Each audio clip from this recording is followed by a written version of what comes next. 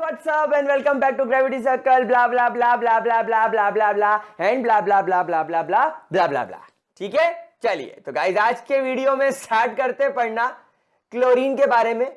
बहुत बकवास, वैसे ही चैप्टर बकवास, मेरी जिंदगी बकवास, तुम्हारी जिंदगी बकवास, चैप्टर भी बकवास, और मैं ऊपर से तुमको बोलूं गाइस हमने पिछले वीडियो में गाइस ये कर लिया था, गाइस वो कर लिया था। बकवास करने की वजह सीधा काम पर आते हैं और रैपट शुरू करते हैं क्लोरीन। तो प्यारे बच्चों, पी ब्लॉक एलिमेंट में क्लोरीन की कुछ खासियत है। क्लोरीन आंटी बड़ी इंपॉर्टेंस रखती है। कुछ बातें बताना चाहूंगा। 1774 में एक साइंटिस्ट थे जिनका नाम था शीला। क्या बोल रहा हूं मैं, शील नॉट शीला, नहीं तो एक गाने लग जाएगा my name is Sheila, Sheila की जवान। तो it is Scheele, SCHEEL, Scheele. इसने फॉर द फर्स्ट टाइम ही prepared chlorine from HCl and MnO2, यानी इसने क्या किया था, HCl का ऑक्सीडेशन किया था इन प्रेजेंस ऑफ MnO2। तो शील को पहली बार क्लोरीन मिला। बाद में लेटर ऑन एक साइंटिस्ट था जिनका नाम था बर्थोलेट। बर्थोलेट ने इस गैस का, क्योंकि यह गैस के फॉर्म में निकली थी, इस गैस का नाम रख दिया oxymuriatic acid. Oxymuriatic acid क्यों? Because HCl was known as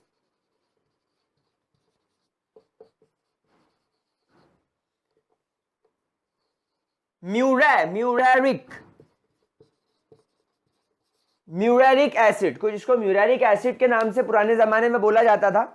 it was called as muriatic acid, Murari not Murari, it's muriatic. मैंने सही लिखा था पहले, आप म्यूरेटिक लिखना। तो it was olderly called as muriatic acid. तो म्यूरेटिक एसिड के ऑक्सीडेशन से बनने वाली गैस इस ऑक्सीम्यूरेटिक एसिड, ठीक है, या ऑक्सीम्यूरेटिक गैस, इसने इसका नाम रखा था। लेकिन लेटर ऑन डेवी ने लगभग 1810 में इसका नाम बदला and named it as chlorine. बाद में इसका नाम क्या रख दिया गया, क्लोरीन, बिकॉज क्लोरीन एक वर्ड है, ग्रीक वर्ड क्लोरस, उससे निकला है। क्लोरस का मतलब होता है ग्रीन येलो या येलो ग्रीन। तो एक ऐसी गैस जिसका कलर क्लोरस है या कोरस है, उस हिसाब से इसका नाम डेवी ने रख दिया क्लोरीन। ये कुछ इसकी बचपन की बात हो गई जब ये पैदा हुई थी। इनमें से कुछ भी हमारे काम की नहीं है, कुछ भी हमारे काम की नहीं है, सिर्फ हमारे इंफॉर्मेशन के लिए, हमारे नॉलेज के लिए, हमारे दोस्तों के सामने स्टंट मारने के लिए कि भैया हमको पता है शीला की जवानी ने इसको 1774 में बनाया था। बर्थोलेट ने इसको ऑक्सीम्यूटेरिक एसिड बोल दिया था। म्यूटेरिक नहीं, ऑक्सीम्यूरेटिक, ऑक्सीम्यूरेटिक होना चाहिए। इट इज ऑक्सीम्यूरेटिक एसिड, ऑक्सीम्यूरेटिक एसिड, ठीक है, क्योंकि इसका नाम भी क्या था, म्यूरेटिक नाम था इसका, ठीक है, म्यूरेटिक गैस। नाउ फिर डेवी ने इसके कलर के हिसाब से इसका नाम रख दिया था, क्योंकि क्लोरीन का कलर हम लोग पढ़ चुके हैं। Chlorine is a yellow green colour, yellow या yellowish green colour gas, yellowish green colour की गैस होती है, उस वजह से। चलिए, इतना समझ लेने के बाद हमारे लिए इतना जानना काफी है, हमारे लिए इतना जानना काफी है। हम यहां पर लिख देते हैं that chlorine is a yellowish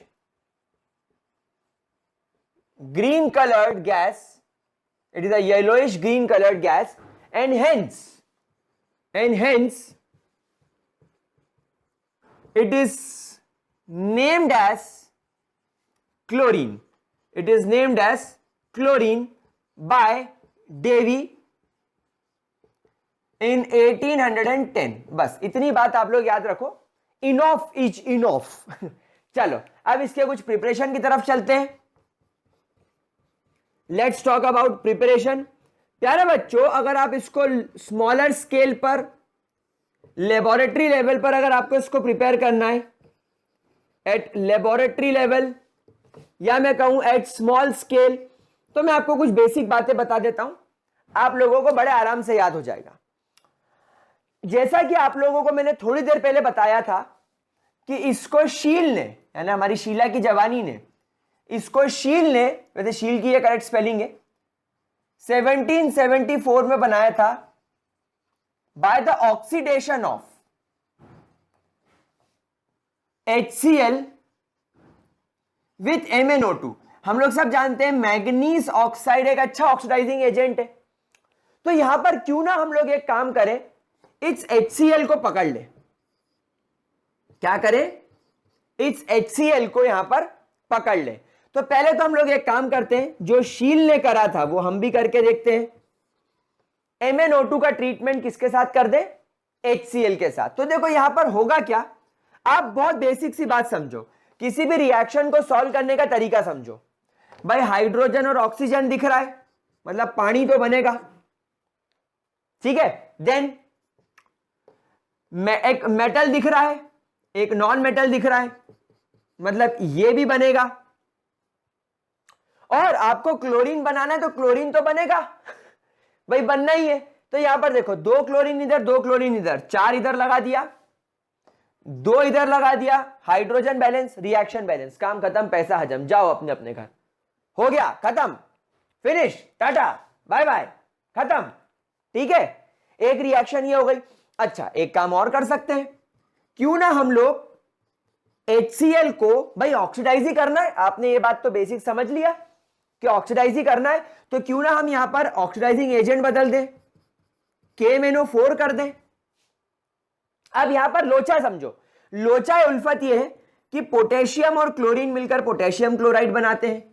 भाई मैग्नीज भी है, क्लोरीन भी है, तो MnCl2 भी बनेगा, फिर हाइड्रोजन भी है, ऑक्सीजन भी है, मतलब पानी भी बनेगा, और क्लोरीन तो बनेगा ही, क्योंकि क्लोरीन तो बनाना ही है। तो अब इतनी सारी को बैलेंस करने के लिए एक काम करो, पहले यहां पर 2 रख के देखो, तो 2 पोटेशियम की वजह से 2 KCl, 2 MnO2 बन जाएंगे। अब यहां पर प्रॉब्लम यह है कि यहां पर 4 ऑक्सीजन है, तो 4 2 8, यानी आपको यहां पर 8 वाटर करना पड़ेगा, क्योंकि ऑक्सीजन तो और कहीं है ही नहीं, सब बैलेंस हो गया। अब यहां पर आप देखो हाइड्रोजन कितने हो गए, 16, तो यहां पर आप लगा दो 16 HCl।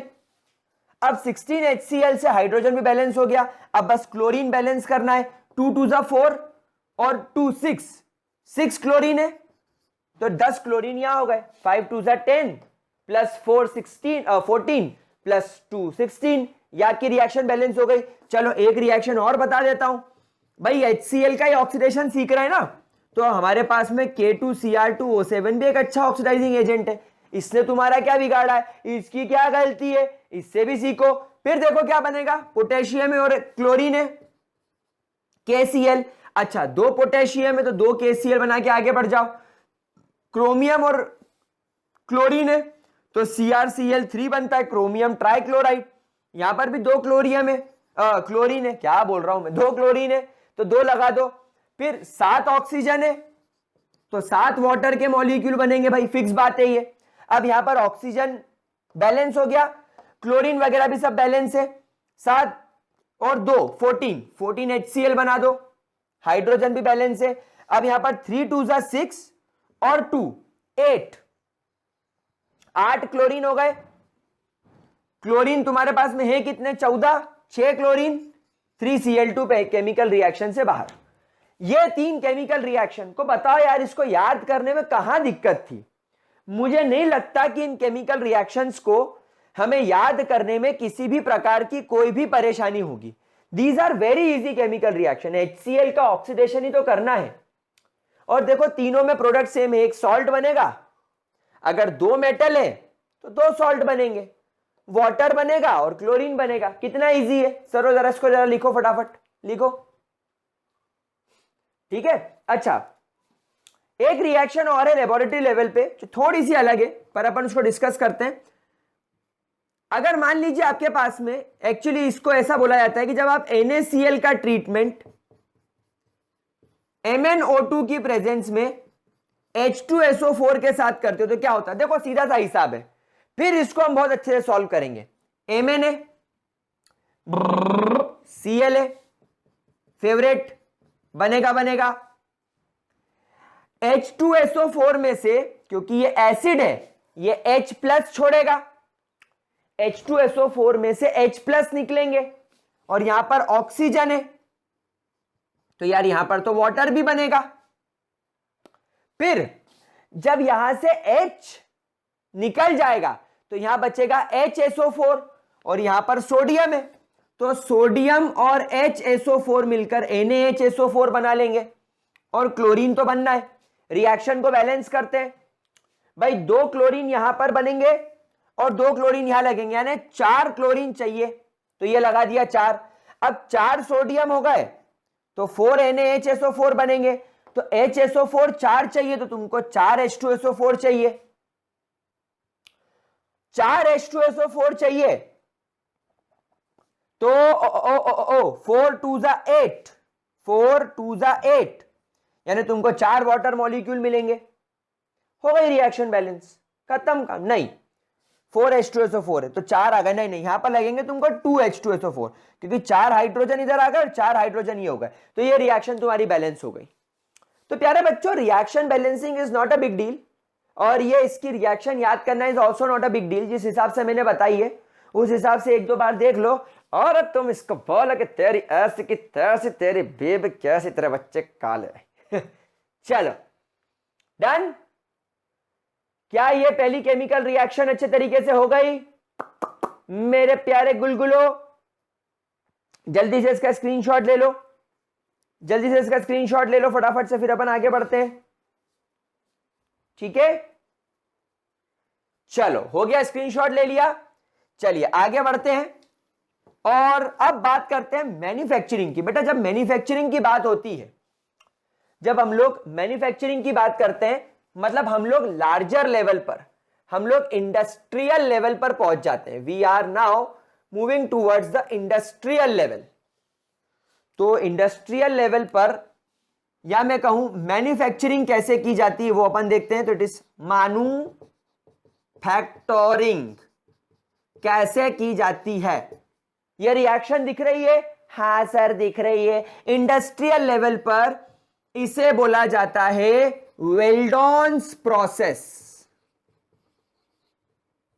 बस। ओ तेरी, ओ तेरी, ओ तेरी, ऐसे कितना ऐसा कैसा हो गया है? तो बहुत सारा इजी था।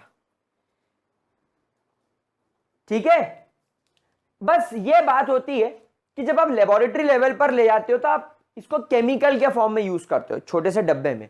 लेकिन जब आप इंडस्ट्रियल लेवल पर यूज करते हो तो ये पायरोलोसाइट होता है, पायरोल्यूसाइट। हम लोग जानते हैं टाइप ऑफ ओर। तो ये अर्थ क्रस्ट से मिलने वाला पायरोलोसाइट जो ओर होता है, सीधे उसको उठाकर HCl के साथ ट्रीट करके ये बना दिया जाता है। तो ये आपकी पहली मेथड ऑफ प्रिपरेशन हो गई, जिसको क्या बोला जाता है? वेल्डॉन्स प्रोसेस। तो इसको जरा स्क्रीनशॉट ले लो इसका। तो एक मेथड ऑफ प्रिपरेशन तो हमको बच गई, बस वेल्डॉन्स प्रोसेस नाम देना है और मैग्नीज, या इसको मैग्नीज डाइऑक्साइड या मैग्नीज ऑक्साइड की जगह पायरोलोसाइड लिख देंगे और नीचे लिख देंगे it is an ore obtained from earth crust. बोलो तारा रारा। ठीक है, अरे बहुत इजी है, कोई चिंता वाली बात नहीं है। तो पहली मेथड ऑफ प्रिपरेशन तो ये क्लियर हो गई हमको। चलो दूसरी मेथड ऑफ प्रिपरेशन की तरफ चलते हैं। सेकेंड मेथड ऑफ प्रिपरेशन कहलाती है डाउन्स प्रोसेस। कौन सी प्रोसेस? Downs process. अच्छा, कुछ टफ आई है, कुछ थोड़ी सी मुश्किल प्रोसेस आई है। तो yes, it is very tough. It is the electrolysis of brine solution. मतलब आपके पास में जो ब्राइन सॉल्यूशन होता है, बोले तो नमक का पानी, NaCl का सॉल्यूशन, किसमें?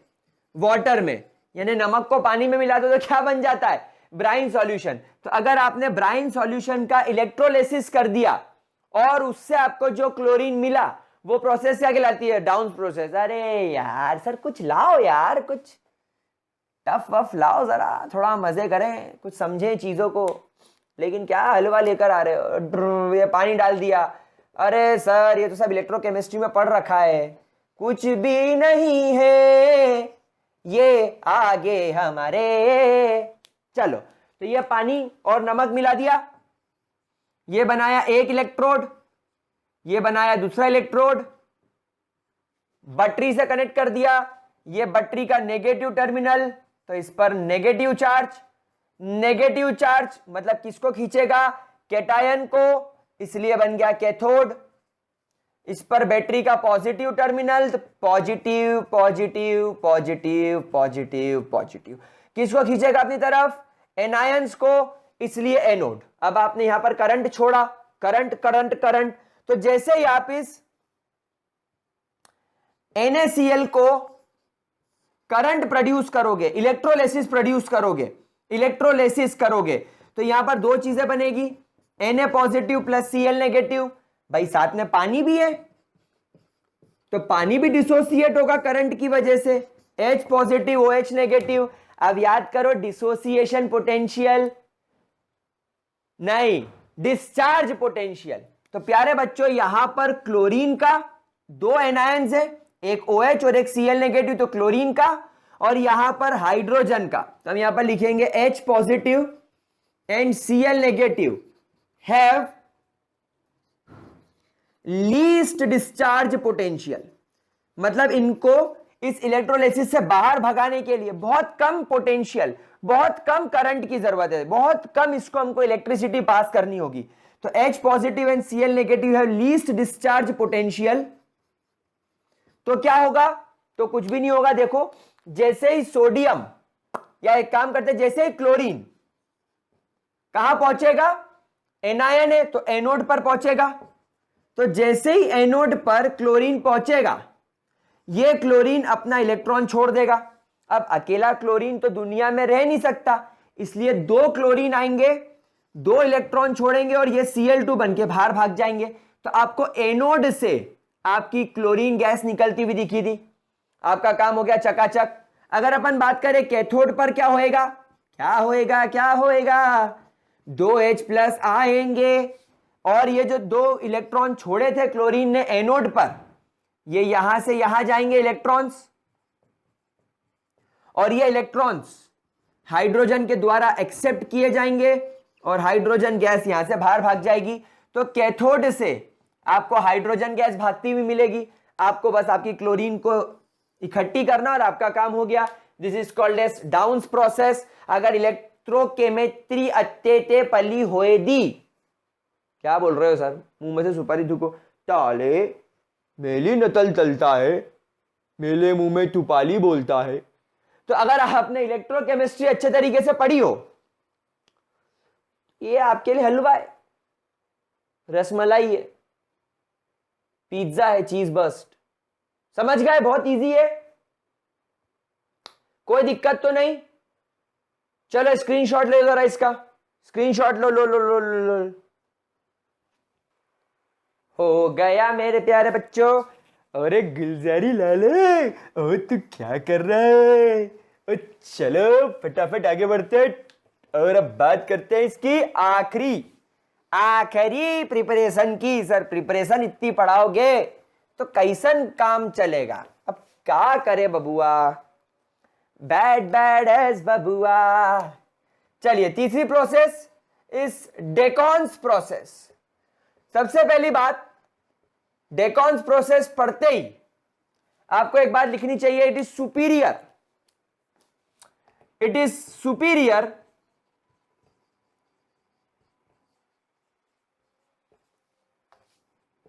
To Weldon's process. भाई वेल्डॉन्स प्रोसेस के अंदर क्या है, खर्चा ज्यादा है,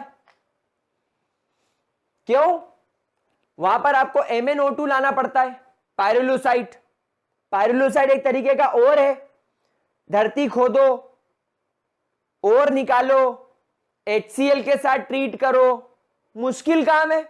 यहां पर क्या करते हैं डेकॉन्स प्रोसेस में, HCl तो जरूर लेते हैं लेकिन उसको हवा के साथ ट्रीट कर देते हैं, एयर। भाई एयर तो मुफ्त की है, जितनी चाहिए उतनी ले लो। तो डेकॉन्स प्रोसेस वाले एक ही बात बोलते हैं, क्या, मैं गरीब हूं, मैं गरीब हूं, इसके मम्मी पापा डेकॉन का गरीब पैदा किए थे, ये गरीब है इसलिए ये एयर इस्तेमाल करता है। तो अगर ये एयर इस्तेमाल करेगा तो कोई दिक्कत वाली बात ही नहीं फंसनी है, बढ़िया काम हो जाएगा। तो यहां पर 4 मोल्स ऑफ HCl लेना होता है, 400 डिग्री सेल्सियस पर हीट करना होता है और CuCl2 को एज ए कैटलिस्ट यूज करना होता है। कैटलिस्ट मतलब बहुत कम मात्रा में, सस्ता काम, सुंदर काम, टिकाऊ काम, चकाचक काम, कोई दिक्कत। क्यूप्रिक क्लोराइड बोलते हैं इसको, चाहो तो आप लिख सकते हो क्यूप्रस क्लोराइड, क्यूप्रिक क्लोराइड, ठीक है ना, CuCl, CuCl2। तो 4 मोल्स ऑफ HCl की वजह से क्या होगा, यहां पर सबसे पहले तो 2 मोल्स ऑफ वाटर बन जाएगा और आपकी क्लोरीन गैस बाहर उड़ चलेगी, नीले गगन में उड़ चलेगी आपकी क्लोरीन गैस, ठीक है, कोई दिक्कत। हाँ, तो यहां पर आप लोग लिख दीजिएगा cupric chloride is used as a catalyst, temperature should be 400 degree Celsius, या कुछ कुछ बुक्स इसको 673 केल्विन्स के आसपास भी बोलती है, कोई दिक्कत वाली बात नहीं। तो ये हो गई आपकी डेकॉन्स प्रोसेस। बस यहां पर आपकी क्लोरीन की मेथड ऑफ प्रिपरेशन खत्म होती है। अब आपको इसके अंदर कुछ भी नहीं पढ़ना है, जल्दी से स्क्रीनशॉट लो, इसकी 2-3 फिजिकल प्रॉपर्टीज पढ़ते हैं, केमिकल प्रॉपर्टीज पढ़ते हैं, फिर इस ससुर के नाती को जल्दी खत्म करते हैं। हो गया डन? अरे done done done done done डारा, चलती है क्या 9 से 12, और मेरे बेटे के 9 से 12 ले जाएगा साल 6 से वह आम की गट ले। चलो प्यारे बच्चों, लाड़ लो, क्लोरीन की कुछ फिजिकल प्रॉपर्टीज पढ़ लेते हैं। So what are the physical properties of chlorine? तो प्यारे बच्चों, फिजिकल प्रॉपर्टीज पढ़ लो, काम में आती है, आपको पता होनी चाहिए। पहली, that it is having a colour, greenish yellow लिख लो या येलोइश ग्रीन लिख लो। वैसे येलोइश ग्रीन लिखना चाहिए क्योंकि इसमें येलो का टेक्सचर ज्यादा होता है। येलोइश ग्रीन, पीली पीली, आपका फेवरेट कलर, सुबह वाला पीला, येलोइश ग्रीन कलर। दूसरा, इसकी बड़ी अजीब सी पंजेंट मतलब अजीब सी, एंड सफोकेटिंग, यानी कि जब ये आपके आसपास रिलीज होगी तो आपको ऐसा लगेगा कि शायद सांस लेने में दिक्कत हो रही है। तो इसका एक बड़ा अजीब सा सफोकेटिंग ऑर्डर होता है। अगर एयर से, जो हमारे आसपास एटमॉस्फेयर की एयर है, अगर हम उससे इसकी डेंसिटी को कंपेयर करें तो it is heavier than air, यानी हमारे आसपास जो एयर है उससे ये हेवी होती है। कितने टाइम्स? 2.5 टाइम्स, यानी 2.5 गुना ज्यादा भारी होती है। मतलब अगर मैं इस रूम में क्लोरीन गैस रिलीज कर दूं, अगर मैं इस रूम में क्लोरीन गैस रिलीज कर दूं तो प्यारे बच्चों ये नीचे की तरफ इकट्ठी हो जाएगी। ऊपर मुझे सांस लेने में दिक्कत नहीं होगी, यानी कि अगर मैं सीढ़ी लगाकर या कुर्सी लगाकर छत के पास चला जाऊं तो मैं सांस ले पाऊंगा, लेकिन नीचे अगर आलती पालती मार के ऐसे अगर मैं बैठ गया, दिख रहा हूं क्या, अगर मैं ऐसे बैठ गया तो सांस लेने में दिक्कत होगी। समझ में आ गई बात? ठीक है, चलिए चौथी बात, it easily liquefies eight 239 Kelvin's, बड़े आराम से 239 केल्विन्स पर यह लिक्विफाई हो जाता है, ठीक है। एंड इट इज पार्शियली, ज्यादा अच्छा नहीं, it is partially soluble in water and forms a yellow color solution, एक पीले कलर का, येलो कलर का ये सॉल्यूशन आप लोगों को बनाकर देता है, ठीक है, कोई दिक्कत? तो प्यारे बच्चों ये सारी फिजिकल प्रॉपर्टी हो गई, इसको जरा फटाफट से नोट कर लीजिए। और यूजुअली इस पीले कलर के पानी को क्लोरीन वाटर किसी किताब में लिखा जाता है, तो आप लोग भी लिख लीजिए, काम में आ जाएगा। कभी कोई ऑब्जेक्टिव फंस गया तो काम में आता है। It is called as chlorine water. भाई क्लोरीन को पानी में मिला दो, क्लोरीन वाटर। लाइक सूसू कर दी तुमने पानी में तो सूसू वाटर। फिर तुम अपने फ्रेंड्स को बोलते हेलो फ्रेंड्स सूसू पी लो। जी यार बहुत गंदा जोक था, चलो स्क्रीनशॉट लो, फिर केमिकल प्रॉपर्टीज देखते हैं, स्क्रीनशॉट लो।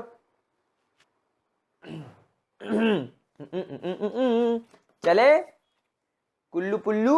चलो तो प्यारे बच्चों, फिजिकल प्रॉपर्टीज अब हम लोगों ने कंप्लीट कर ली।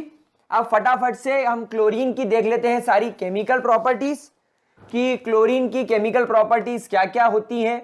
केमिकल प्रॉपर्टीज यानी कि किस तरीके से केमिकली आपका क्लोरीन रिएक्ट करता है। So what are the chemical properties of chlorine Cl2। चलिए प्यारे बच्चों, आर वी रेडी? चलो फटाफट से देखेंगे, मजा आएगा। सबसे पहली और सबसे इंपॉर्टेंट प्रॉपर्टी जो NCERT में नहीं दी हुई है पर कभी कभी पूछ ली जाती है, दैट इज कंबशन। क्या क्लोरीन कंबस्ट होता है यानी ऑक्सीजन की प्रेजेंस में बर्न होता है?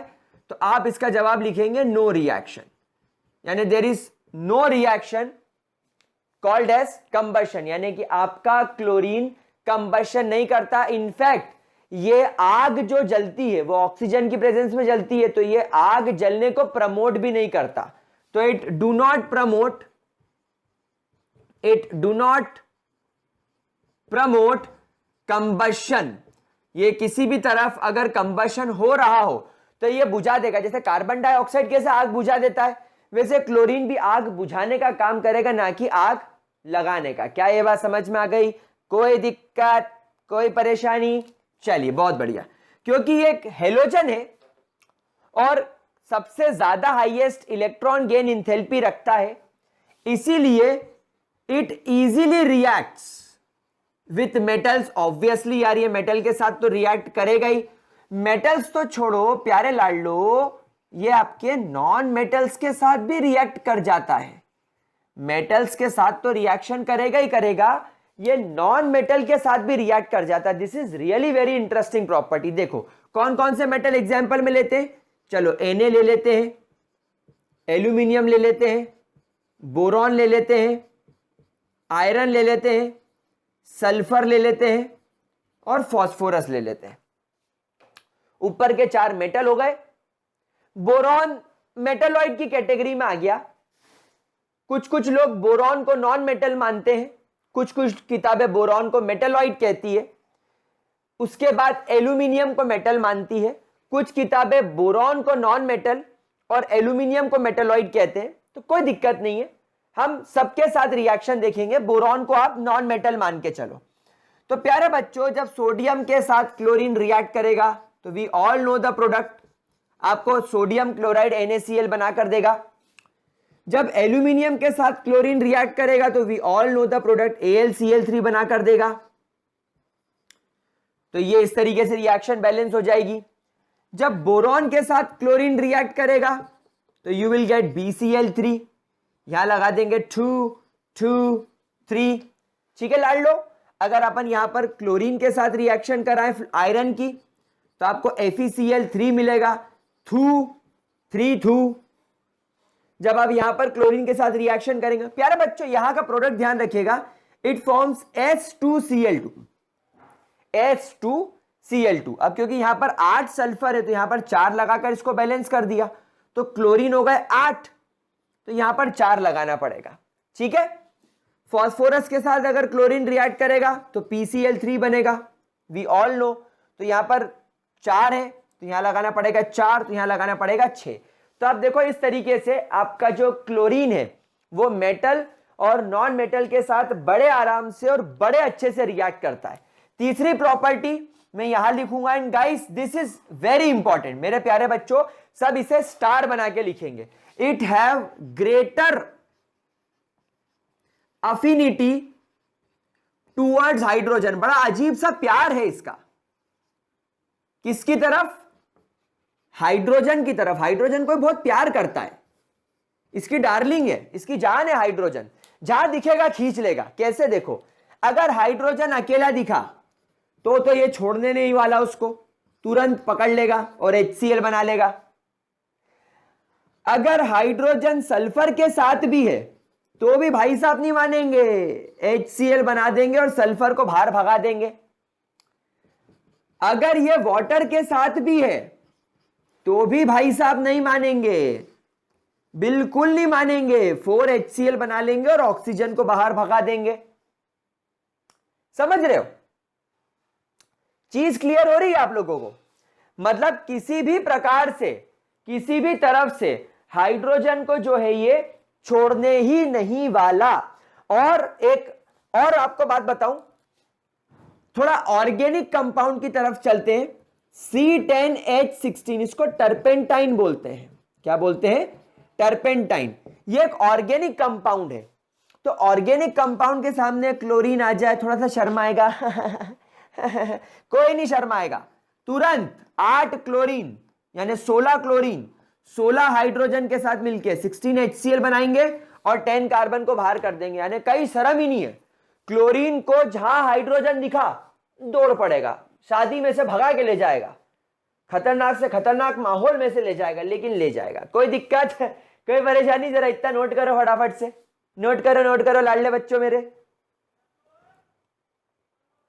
ठीक है, कोई दिक्कत? चलिए, स्क्रीनशॉट ले लिया था ना प्यारे बच्चों आप लोगों ने? पक्की बात। चलो थोड़ा सा इधर से प्रॉपर्टी रब करते हैं। फर्स्ट प्रॉपर्टी रब करते हैं और सेकंड प्रॉपर्टी रब करते हैं, थोड़ी जगह बनाते हैं ताकि अमोनिया के साथ रिएक्शन सीख सके। वैसे आप लोग सब जानते हो हाइड्रोजन के साथ अजीब सा प्यार है इसका, तो जरा अमोनिया के साथ रिएक्शन देख लेते हैं। तो रिएक्शन विथ अमोनिया, मोनिया रे मोनिया, अमोनिया। प्यारे बच्चों, अगर मान लीजिए अमोनिया एक्सेस में है तो क्या होगा? ये दो तरीके से रिएक्शन करेगा। और अगर मान लीजिए क्लोरीन एक्सेस में है तो क्या होगा? मतलब दो अलग अलग कंडीशंस बन के आ रही है आप लोगों के सामने। पहली कंडीशन में अमोनिया एक्सेस में है, दूसरी कंडीशन में क्लोरीन एक्सेस में। तो देखो यहां पर क्या होगा, सीधी सी बात है, 3 क्लोरीन है तो यहां से सीधा सा हिसाब लगाएंगे, 6 मोल्स ऑफ NH4Cl आपको यहां मिलेगा। 6 मोल्स ऑफ NH4Cl इस तरीके से कंबाइन हो जाएगा, क्योंकि 6 क्लोरीन थे तो 6 के 6 क्लोरीन इसके साथ कंबाइन हो जाएंगे। अब यहां पर आप देखो 8 3 24, 8 3 24 यानी 24 हाइड्रोजन थे, 4 और 6 24 यानी हाइड्रोजन पूरे कंबाइन हो गए, लेकिन नाइट्रोजन 6 ही है तो बचे हुए 2 नाइट्रोजन गैस बन के उड़ जाते हैं। तो हमेशा ध्यान रखना, when ammonia is in excess nitrogen gas is obtained and ammonium chloride is obtained. लेकिन अगर क्लोरीन एक्सेस में है तो यहां आपको NCl3 मिलेगा और 3 हाइड्रोजन बचे हुए 3 क्लोरीन के साथ 3 HCl बना कर देंगे। यानी कि आपको यहां पर नाइट्रोजन ट्राइक्लोराइड देखने को मिलेगा। You will get nitrogen trichloride and hydrochloric acid. तो हमेशा ध्यान रखना, अगर अमोनिया के साथ एक क्लोरीन की रिएक्शन कर रहे हो तो पहले कंसीडरेशन में ले लेना कंडीशन को कि कौन एक्सेस में है। अगर अमोनिया एक्सेस में है तो नाइट्रोजन गैस, और अगर क्लोरीन एक्सेस में है तो हाइड्रोजन क्लोराइड। देखो आप लोग सब जानते हो क्लोरीन का प्यार हाइड्रोजन के लिए बहुत होता है, तो अगर क्लोरीन पावर में है तो HCl बनाएगा, क्योंकि आप देख रहे हो हमेशा क्लोरीन हाइड्रोजन के साथ HCl बनाएगा। तो अगर क्लोरीन पावर में है तो HCl पक्का बनेगा, और अगर क्लोरीन कमजोर है तो फिर नाइट्रोजन गैस बनेगी, क्योंकि नाइट्रोजन पावर में। ऐसे इस बात को याद रखना, ठीक है? समझ रहे हो कॉन्सेप्ट? चलो स्क्रीनशॉट लो जरा इसका। ठीक है प्यारे बच्चों, इसका स्क्रीनशॉट ले लिया आप लोगों ने? चलिए बहुत बढ़िया, बहुत बढ़िया। चलिए पांचवी केमिकल रिएक्शन की तरफ चलते हैं। That chlorine reacts with NaOH, but product depends on, देखो बहुत इंपॉर्टेंट चीज है, हाँ, but product depends on concentration of the alkali यानी कि NaOH। अब प्यारे बच्चों एक बात ध्यान रखना, एक तो ये केमिकल रिएक्शन ये बहुत ज्यादा कंफ्यूज करेगी, क्योंकि इसके 2 टाइप है, कौन एक्सेस में है और कौन एक्सेस में नहीं है। और सिमिलरली इसके अंदर भी आपको कंफ्यूजन क्रिएट होगा, क्योंकि यहां पर क्लोरीन NaOH के साथ रिएक्ट करेगी, लेकिन किस पर डिपेंड कर रही है? कॉन्सेंट्रेशन के ऊपर। देखो पहला केस, अगर आपके पास में NaOH है और वो क्लोरीन के साथ रिएक्ट कर रहा है, लेकिन यहां पर NaOH कैसा है, ठंडा है, और अगर वो ठंडा है तो वो डाइल्यूट लेना पड़ेगा। अगर डाइल्यूट ले रहे हो तो ठंडा NaOH कोल्ड लेना पड़ेगा आपको। तो जब ये क्लोरीन के साथ रिएक्ट करेगा तो Na और Cl definitely sodium chloride salt बनाएंगे, फिर ये एक ऑक्सीजन और एक बचा हुआ क्लोरीन NaOCl बना लेंगे। It is called as sodium hypochloride. क्या बोलते हैं, सोडियम हाइपोक्लोराइड। अब आप देख सकते हो ये एक प्रकार की डिस्प्रपोर्शनेशन रिएक्शन है। डिस्प्रपोर्शनेशन रिएक्शन क्यों है, यहां पर सोडियम के ऊपर +1 चार्ज है, नहीं यहां पर भी +1 चार्ज है, डिस्प्रपोर्शनेशन तो नहीं शो कर रहा है ये, ठीक है, डिस्प्रपोर्शनेशन रिएक्शन नहीं है ये, क्योंकि यहां पर सोडियम पर +1 चार्ज है और यहां पर, ठीक है, दिस इज नॉट डिस्प्रपोर्शनेशन। ध्यान रखना, अगर कोई पूछता है कि क्या डिस्प्रपोर्शनेशन है तो आप बोलोगे नहीं, क्योंकि डिस्प्रपोर्शनेशन में यहां पर जो ऑक्सीडेशन स्टेट है वो यहां पर और यहां पर नहीं होना चाहिए, ये दोनों का अलग अलग होना चाहिए और इसका भी अलग होना चाहिए, तो ऐसा नहीं हो पा रहा है। तो आप देख रहे हो एक प्रोडक्ट ये हो गया, दूसरा प्रोडक्ट मैं यहां लिखता हूं। अगर आपके पास में NaOH अब कैसा है, हॉट, और अगर आप उबलता हुआ गरम गरम ले रहे हो तो फिर वो कॉन्सेंट्रेटेड होगा, क्योंकि गरम करने पर पानी वेपोराइज हो जाता है तो ये ऑटोमेटिकली कॉन्सेंट्रेटेड हो जाएगा। तो ये जब क्लोरीन के साथ रिएक्ट करेगा तो यहां पर क्या बनेगा, 5 मोल्स ऑफ NaCl सबसे पहले तो बन जाएंगे। भाई ये 6 है, ये 6 है, तो 6 सोडियम में से 5 और 6 क्लोरीन में से 5 निकल गए। अब बचा क्लोरीन 1, सोडियम 1, NaCl, और 6 ऑक्सीजन में से 3 ऑक्सीजन यहां यूज हो जाएंगे। इसे बोला जाता है सोडियम क्लोरेट। क्या बोलते हैं, सोडियम क्लोरेट। ठीक है, अब यहां पर देखो सोडियम खत्म, क्लोरीन खत्म, अब यहां पर क्या बचा, 6 हाइड्रोजन और 3 ऑक्सीजन खत्म, 6 में से तो 3 ऑक्सीजन बचे। तो एक काम करते हैं, इसको 3H2O लिख देते हैं, तो 6 हाइड्रोजन और ये बैलेंस हो गया। तो आप यहां पर देखो प्रोडक्ट यहां पर भी डिफरेंस है, प्रोडक्ट का यहां पर भी डिफरेंस है। अगर हॉट एंड कॉन्सेंट्रेटेड लोगे तो क्लोरेट बनेगा, और अगर आप कोल्ड एंड डाइल्यूट लोगे तो हाइपोक्लोराइड बनेगा, हाइपोक्लोराइड बनेगा। ठीक है, क्या ये बात समझ में आ गई? ठीक है, अच्छा इसको याद कैसे रखेंगे, देखो इसको याद करने का मेरा तरीका, भाई NaCl तो दोनों में कॉमन है, फर्क इसमें आ रहा है तो ये H और ये D, HD। तो जब भी कोल्ड एंड डाइल्यूट होगा, यानी डाइल्यूट का अगर D आ गया तो या ऐसे याद कर लो, दिल, और हाइपो का है, दिल है कि मानता नहीं, दिल है कि मानता नहीं। तो अगर डाइल्यूट आ रहा है तो हाइपोक्लोराइड बनेगा, ठीक है, और अगर कॉन्सेंट्रेटेड है तो क्लोरेट बनेगा, CC। कॉन्सेंट्रेटेड से बना क्लोरेट, और दिल है कि मानता नहीं तो डाइल्यूट है तो हाइपोक्लोरेट। अरे वाह वाह वाह, अरे वाह वाह वाह, ठीक है। अरे कोई दिक्कत, कोई परेशानी आए तो कुछ ना कुछ लॉजिक निकालना पड़ेगा, ठीक है मेरे प्यारे प्यारे गुलगुलो बुलबुलो, ठीक है। चलो, क्या इतना क्लियर है? आगे बढ़े, चलिए नेक्स्ट रिएक्शन कर सकते हैं हम लोग। When chlorine reacts with slaked lime, slaked lime बोले तो CaOH2, तो इट फॉर्म्स ब्लीचिंग पाउडर। क्या बनाता है ये बनाता है ब्लीचिंग पाउडर। का बनावत है, ब्लीचिंग पाउडर। कैसन, हम तुमको दिखात। CaOH2 जब क्लोरीन के साथ रिएक्ट करता है तो एक बात समझना, इसको आप पहले यहां कर दो 2, ताकि एक का कैल्शियम क्लोरीन के साथ CaCl2 बना ले। भाई ये तो फिक्स है, ये तो बनेगा। अब यहां पर CaCl2 के बाद एक कैल्शियम, यहां पर आपके पास में OH2 कितने हैं, 2 है, वैसे ये OH2 ऐसा आएगा। तो 2 OH2 में से एक ऑक्सीजन ये ले लेगा, मतलब टोटल आपके पास में ऑक्सीजन कितने हैं, ये 2 दूनी 4, तो 4 में से एक आ गए, बचे 3, तो ये ऑक्सीजन यहां लिख दो।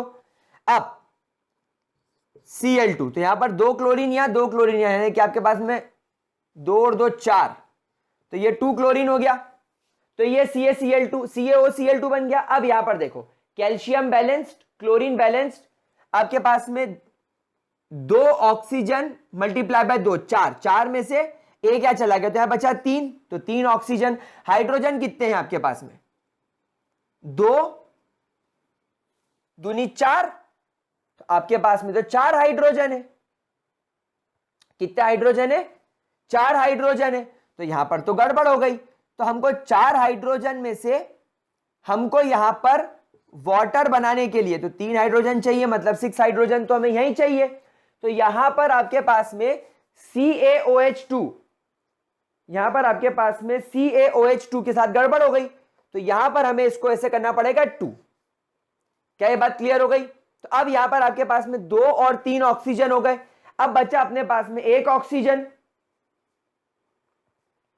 तो यहां पर एक्चुअली फंडा ये है कि ये जो बनेगा ये बनेगा CaOCl2, CaOCl2 बनेगा। तो यहां पर आपके पास में 2 ऑक्सीजन और 2 ऑक्सीजन, अब ये बैलेंस हो गया। तो इस तरीके से आपको बैलेंसिंग करनी पड़ेगी। तो यहां पर थोड़ा सा आप इस फॉर्मूले को याद कर लीजिए, इट इज CaOCl2, ठीक है। तो अब आपकी ये रिएक्शन बैलेंस हो गई। आप देखो आपके पास में 2 ऑक्सीजन यहां, 2 ऑक्सीजन यहां बैलेंस हो गए, और 4 हाइड्रोजन हो गए बैलेंस, ठीक है। बहुत बढ़िया तरीके से हमारी रिएक्शन बैलेंस हो गई। नाउ वैसे तो कुछ किताबें इसे ब्लीचिंग पाउडर कहती है, कुछ किताबें, कुछ बुक्स आपको बेसिक लेवल पर इसे ब्लीचिंग पाउडर कह देती है, और ब्लीचिंग पाउडर का काम होता है सामने वाले सब्सटेंस को ब्लीच कर देना, मतलब उसको ऑक्सीडाइज करके डीकलराइज कर देना। और आप यहां पर देख रहे हो ये ऑक्सीजन जबरदस्ती फंसा हुआ है। वैसे तो कैल्शियम क्लोराइड एक परफेक्ट आयोनिक मॉलिक्यूल है, लेकिन यहां पर ऑक्सीजन जबरदस्ती फंसा हुआ है। तो यहां पर ब्लीचिंग पाउडर का एक्चुअल फॉर्मूला जो आप लोगों को फॉलो करना है, that is CaOCl2 dot CaCl2 dot 2H2O, वैसे 2H2O लास्ट में लिखते हैं, तो dot CaOH2 dot 2H2O। This is the actual formula of bleaching powder according to NCERT। कारण भाई ये 3 प्रोडक्ट तो बन ही रहे, और ये कोई 100% रिएक्शन थोड़ी होगी, थोड़ा बहुत तो ये भी होगा। तो ये और ये सब मिलके एक जब सॉल्ट बनता है, जब सब कंबाइन होते हैं, तो एक इस प्रकार का आपको सॉल्ट मिलता है, that is called as bleaching powder. ठीक है प्यारे बच्चों, कोई दिक्कत इसके अंदर, कोई परेशानी, पक्की बात? चलो इतना जरा फटाफट नोट करो, फिर आगे बढ़ते हैं। नोट करो। ओके मेरे प्यारे प्यारे बच्चों, क्या ये हो गया? चलिए बहुत बढ़िया। अब ये सब रब करके 7th प्रॉपर्टी की तरफ चलते हैं। काफी ज्यादा प्रॉपर्टीज है यार, इसकी मानना पड़ेगा क्लोरीन को। ससुरा बहुत रिएक्टिविटी फैलाए है, काफी फैला हुआ बिजनेस है इसका। हाँ मतलब काफी फैला हुआ बिजनेस है इसका। चलिए 7th केमिकल प्रॉपर्टी की तरफ चलते हैं, that chlorine reacts with 1 saturated hydrocarbon, saturated hydrocarbon. प्यारे बच्चों क्लास 11th में इतना आप लोग पढ़ के आए हो कि सैचुरेटेड हाइड्रोकार्बन और अनसैचुरेटेड हाइड्रोकार्बन क्या होते हैं। सैचुरेटेड क्या लिख रहा हूं मैं, हाइड्रोकार्बन, हाइड्रेटेड लिख दिया, वाह बेटा क्या मिक्स किए हो। हाँ तो सैचुरेटेड हाइड्रोकार्बन है ना, अनसैचुरेटेड हाइड्रोकार्बन। सैचुरेटेड हाइड्रोकार्बन जिसके मतलब कार्बन के पास किसी प्रकार का कोई भी डबल बॉन्ड ना हो, जैसे कि C2H4 एक सैचुरेटेड हो गया मीथेन, फिर C2H6 हो गया आपके पास में इथेन, ये पूरी तरीके से सैचुरेटेड होते हैं। देखो अगर कार्बन के आसपास चारों सिंगल बॉन्ड हो मीथेन में तो सैचुरेटेड, अगर कार्बन के पास में इस प्रकार सारे सिंगल बॉन्ड हो इथेन तो सैचुरेटेड। लेकिन वहीं अगर आपके पास में अनसैचुरेटेड की बात हो जाए, लाइक C2H4, तो C2H4 कैसा हो गया, कार्बन कार्बन में डबल बॉन्ड, 2 हाइड्रोजन इधर 2 हाइड्रोजन इधर, तो ये हो जाएगा आपका इथीन। ये क्या कहलाएगा आपका, इथीन। तो अगर आपके पास में सैचुरेटेड हाइड्रोकार्बन है तो, और अगर आपके पास में अनसैचुरेटेड हाइड्रोकार्बन है तो क्लोरीन की रिएक्टिविटी फिर बदल जाएगी, क्लोरीन की रिएक्टिविटी फिर बदल जाएगी। सैचुरेटेड हाइड्रोकार्बन के साथ यह हमेशा सब्स्टिट्यूशन रिएक्शन करेगा। कौन सी रिएक्शन करेगा, सब्स्टिट्यूशन रिएक्शन, मतलब हाइड्रोजन को हटाकर खुद हाइड्रोजन की जगह पर बैठ जाएगा। लेकिन अनसैचुरेटेड वाले केस में यह सीधी सीधी एडिशन रिएक्शन करेगा, मतलब किसी को हटाएगा नहीं, क्योंकि अनसैचुरेटेड में ऑलरेडी जगह होती है, इस डबल बॉन्ड को तोड़ के खुद के लिए जगह बना लेगा। ठीक है, तो ये क्या शो करेगा, एडिशन रिएक्शन। चलो एग्जांपल करके देखते हैं। यहां पर क्या होगा, एक हाइड्रोजन को हटाकर क्लोरीन खुद बैठ जाएगा, तो एक बचा हुआ क्लोरीन और यहां से निकला हुआ हाइड्रोजन HCl बन के बाहर। सेम यहां पर होगा, एक हाइड्रोजन हटाएगा खुद उसकी जगह पर बैठ जाएगा, यहां से निकला हुआ हाइड्रोजन एक क्लोरीन के साथ HCl बना लेगा। तो हो गया सब्स्टिट्यूशन रिएक्शन, हाइड्रोजन की पोजीशन पे खुद सब्स्टिट्यूट हो गया।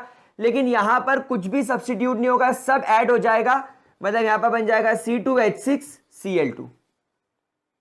कैसे हुआ होगा देख लो, यहां पर डबल बॉन्ड है, जैसे क्लोरीन आया होगा, एक क्लोरीन इस कार्बन पर एक क्लोरीन इस कार्बन पर अटैक किया और ये डबल बॉन्ड तोड़कर HHHCl, बस ये हो गया तुम्हारा C2H6Cl। तो इस प्रकार ये केमिकल रिएक्शन करेगा प्यारे बच्चों। ठीक है, बहुत अच्छी रिएक्शन है, ये भी काम में आएगी। इसको जरा अच्छे तरीके से स्क्रीनशॉट ले लो, जल्दी से इसको नोट करो। डन। चलो तो 7th केमिकल रिएक्शन के बाद 8th केमिकल रिएक्शन की तरफ चलते हैं। दैट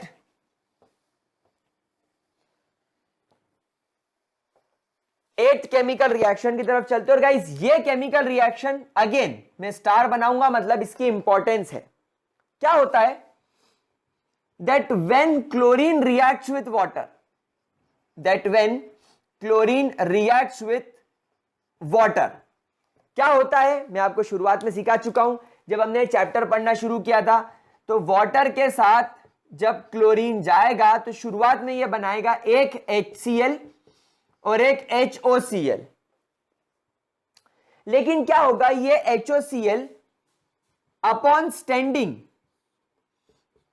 HCl में कन्वर्ट हो जाएगा और नेसेंट ऑक्सीजन, नेसेंट ऑक्सीजन मतलब कि एक ऐसा ऑक्सीजन जो फ्री रेडिकल के फॉर्म में है, क्या करेगा, उसको रिलीज कर देगा। तो जो तुम्हारा वाटर को जब आप क्लोरीन के साथ रिएक्ट कराओगे तो आपको क्या मिलेगा, मैंने आपको सिखाया था क्लोरीन वाटर। भाई chlorine in water, chlorine water जैसे थोड़ी देर पहले मैंने आपको सिखाया था, सुसु in water is called a सुसु वाटर। तो क्लोरीन वाटर जो येलो कलर का होता है, कुछ देर तो येलो कलर का रहेगा, लेकिन क्लोरीन वाटर कुछ देर तो येलो कलर का रहेगा, बट अपॉन स्टैंडिंग, पड़ा रखने पर, कुछ देर पड़ा रहने पर, it loses its colour, it loses its colour and becomes colourless. क्यों, क्योंकि वो HCl में कन्वर्ट हो जाता है। जो भी कलर होता है वो HOCl की वजह से होता है, जब वही टूट गया तो काय का कलर, तो ये इस तरीके से डीकलराइज हो जाता है। और नेसेंट ऑक्सीजन रिलीज करने की वजह से, नेसेंट ऑक्सीजन रिलीज करने की वजह से it becomes a very strong oxidising agent. ये एक बहुत ज्यादा स्ट्रॉन्ग ऑक्सीडाइजिंग एजेंट में कन्वर्ट हो जाता है। ठीक है, जैसे कुछ रिएक्शंस करके देखते हैं। फॉर एग्जांपल आपके पास में Na2SO3 है, सोडियम सल्फाइट।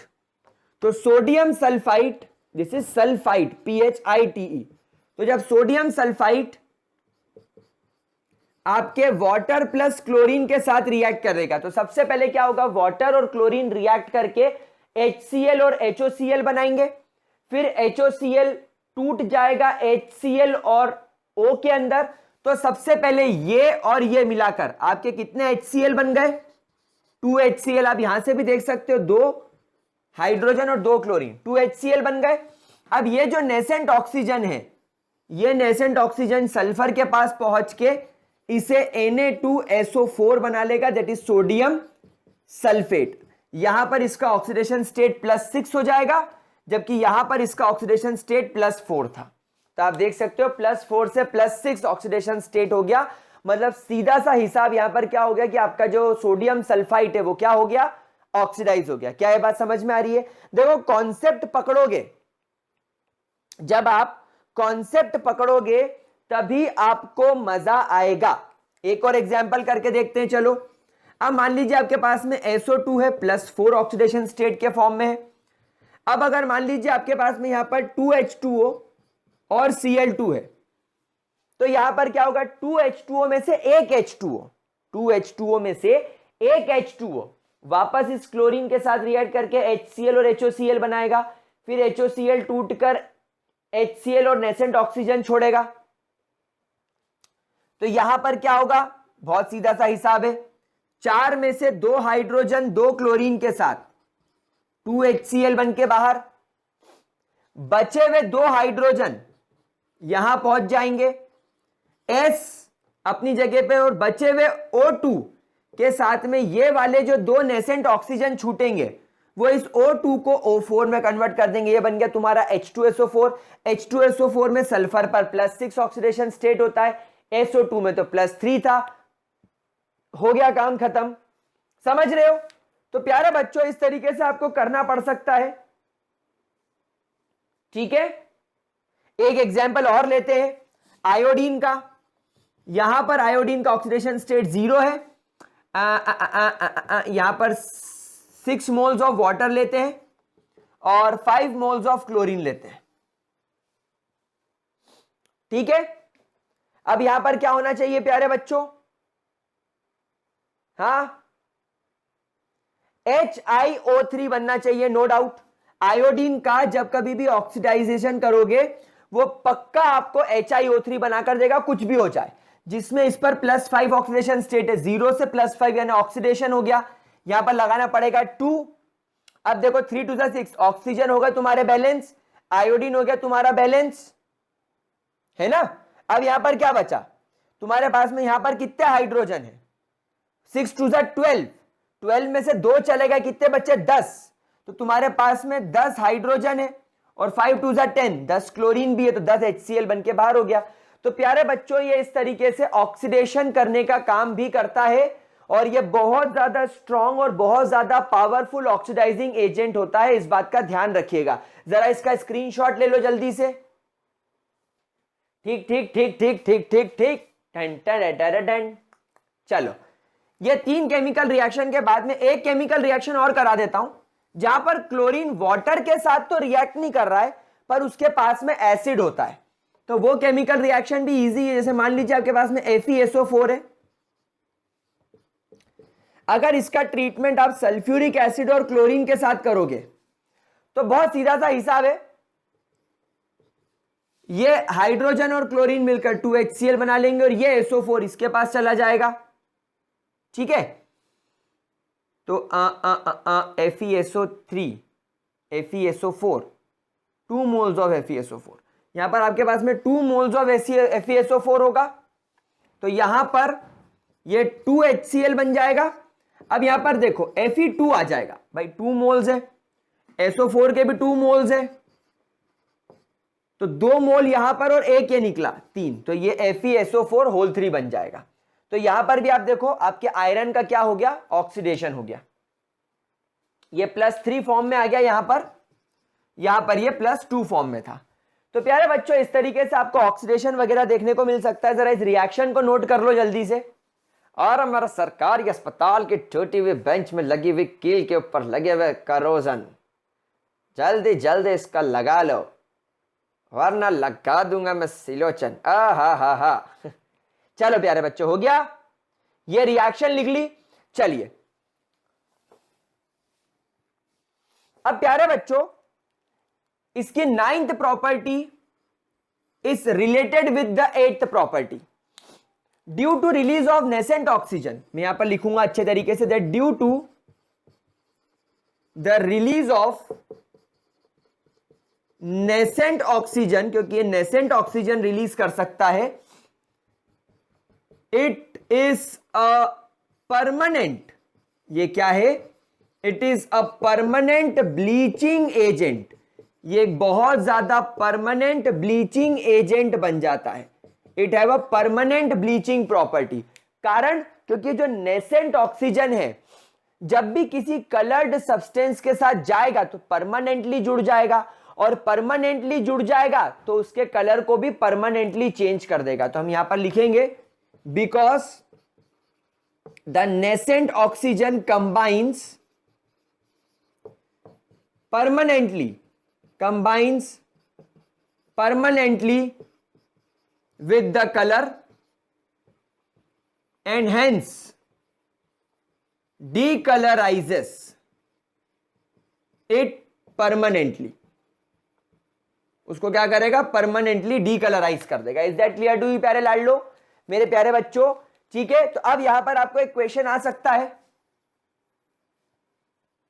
अब यहां पर आपको एक क्वेश्चन आ सकता है दैट वाई, मैंने आपको वहां पर बोला भी था ऑक्सीजन फैमिली पढ़ाते वक्त कि मैं इस क्वेश्चन पर आऊंगा, that why SO2 is a temporary bleaching agent, why SO2 is a temporary bleaching agent but Cl2 is permanent. बताइए इसका जवाब, ऐसा क्यों होता है, क्यों होता है? तो इसका जवाब तो यह है कि भैया जब क्लोरीन वाटर के साथ जाएगा तो नेसेंट ऑक्सीजन रिलीज करेगा और नेसेंट ऑक्सीजन परमानेंटली कंबाइन हो जाएगा, लेकिन क्लोरीन का क्या जवाब होगा, और सॉरी SO2 का क्या जवाब होगा, जरा सोचो। मैं बताता हूं, चलिए मैं बताता हूं। क्लोरीन का जवाब तो सबको पता है ना, क्लोरीन परमानेंट ब्लीचिंग एजेंट की तरह कब एक्ट करेगा, जब क्लोरीन पहले पानी के साथ कंबाइन हो, पानी के साथ कंबाइन होकर नेसेंट ऑक्सीजन छोड़े, तब यह ब्लीचिंग है, अकेला ब्लीचिंग नहीं है, पानी के साथ परमानेंट ब्लीचिंग शो करेगा। लेकिन प्यारे बच्चों अगर अपन बात करें SO2 की, तो SO2 +4 ऑक्सीडेशन स्टेट में है, तो यह हमेशा क्या करेगा, ये अपने आप को कन्वर्ट करने की कोशिश करेगा +6 ऑक्सीडेशन स्टेट में, यानी ये क्या करेगा, क्या करेगा, ये हमेशा खुद को ऑक्सीडाइज करने की कोशिश करेगा। SO2 हमेशा खुद को ऑक्सीडाइज करने की कोशिश करेगा, और खुद को ऑक्सीडाइज मतलब क्या करना, एक रिड्यूसिंग एजेंट की तरह बिहेव करना, यानी दूसरों को रिड्यूस करके खुद को ऑक्सीडाइज करना। तो सल्फर डाइऑक्साइड की जो ब्लीचिंग प्रॉपर्टी होती है वो सामने वाले को रिड्यूस करके पैदा होती है। तो SO2 bleaches other by reducing property या बाय रिड्यूसिंग देम, और बेटा सामने वाले को रिड्यूस करना इज ऑलवेज टेम्पररी, सामने वाले को रिड्यूस करना इज ऑलवेज टेम्पररी, क्योंकि आप उसका क्या कर रहे हो, आप उसको इलेक्ट्रॉन दे रहे हो, थोड़ी देर बाद हो सकता है वो इलेक्ट्रॉन छोड़ दे, क्योंकि आप किसको रिड्यूस कर रहे हो, तो आप किसको रिड्यूस कर रहे हो, बाय गिविंग देम इलेक्ट्रॉन, और ये electron can be released after by giving them electron which can be released after some time, कुछ समय के बाद जिसको आपने इलेक्ट्रॉन दिए हैं वो भी इलेक्ट्रॉन छोड़ देगा, तो अपने ओरिजिनल कलर में आ जाएगा। समझे, जैसे मैं हूं, मेरे सामने SO2 आया, SO2 ने अपने इलेक्ट्रॉन मुझे दे दिए, तो मैं रिड्यूस हो गया, वो ऑक्सीडाइज हो गया, वो चला गया, मेरे को इलेक्ट्रॉन दे दिए तो मैं रिड्यूस हो गया, तो मेरा कलर चेंज हो गया, अब मेरे को नहीं जम रहा, मैंने इलेक्ट्रॉन किसी और को दे दिए, वापस मुझे मेरा कलर मिल जाएगा।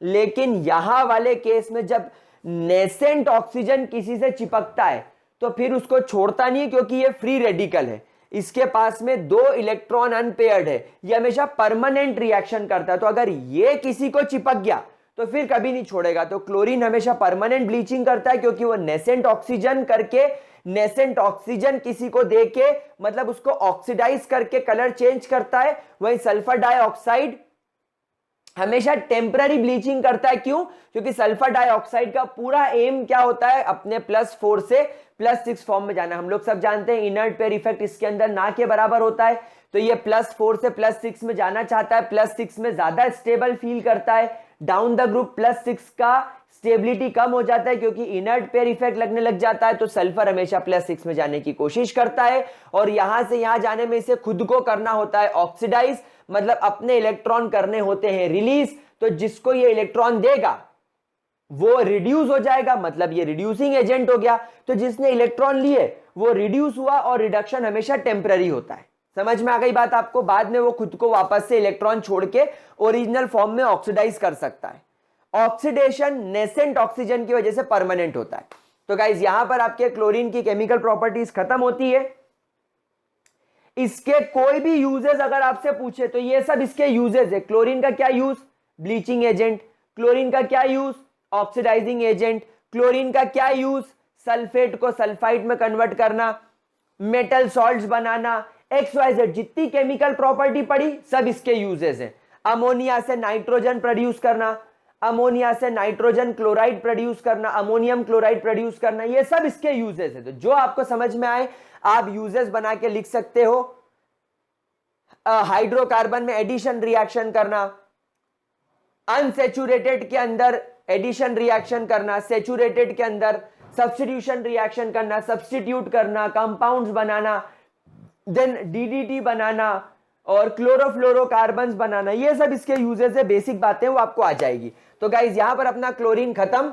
अगली क्लास में HCl और ऑक्सो एसिड्स पढ़ेंगे और फिर एक क्लास में इंटरहेलोजन कंपाउंड्स। 2 क्लासेस में ये चैप्टर ये पार्ट खत्म हो जाएगा और ग्रुप 18 भी 2 पार्ट में खत्म करा दूंगा। तो टोटल 4 वीडियोस में पूरा P ब्लॉक खत्म हो जाएगा। That's my promise. तो that's all for this video. Bye bye, have a great day प्यारे बच्चों।